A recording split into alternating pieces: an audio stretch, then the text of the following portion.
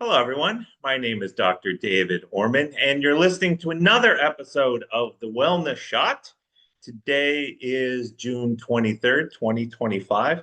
We had a question from Craig from Dyersville, Iowa. I don't know where Dyersville is, but the question was, can you explain burnout? Well, I would explain burnout in two different ways. When we think of burnout, you can look at burnout as from an athletic perspective, where that typically is. I'm going to throw a little bit of a curveball at you. I don't think there is such a thing as burnout in athleticism, even though you hear that term. So you hear boxers getting burned out or runners or what have you. It's not burnout, it is lack of rest or lack of sufficient amount of rest. Let me give you an example. I have a friend, fabulous runner, or he used to be a fabulous runner. His name is Clarence. And virtually every day here in Central Florida, including the summer, where, for example, today it's about 93 degrees. The feels like temperature is about 100. Off the black top would be somewhere around 107. He goes all out, full out, hard every single time without recovery, without follow ups in terms of electrolyte replacement or anything along those lines. And he did that for many, many years and now has a hip replacement. It is a lack of recovery, a lack of rest, and a lack of recovery.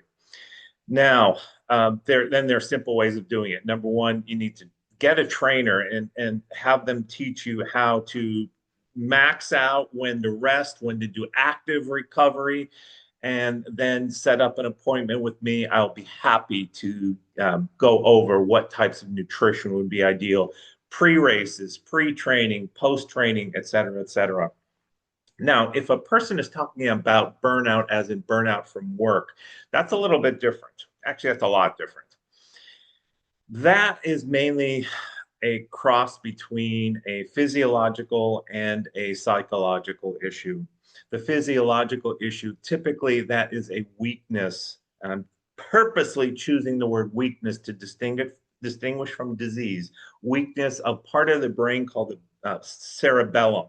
The cerebellum is in the back part of the brain. In fact, if you feel back there, you feel a bump near the posterior hairline, just above it, actually. The bump is called external occipital protuberance. And that is a reflex point for part of the brain called the cerebellum. The cerebellum is the battery pack of the body. And when that gets overworked without proper nutrition, a person experiences brain fog. A person experiences, I'm sorry, what were we just talking about? That type of forgetfulness, when normally they're as sharp as a tack. Their creativity levels, which are normally off the charts, are now invisible. There is a specific substance called RNA, or ribonucleic acid, that is pinpoint specific for that particular aspect of the brain. That has a tendency to clear things up. I think the bigger issue, though, is the psychological.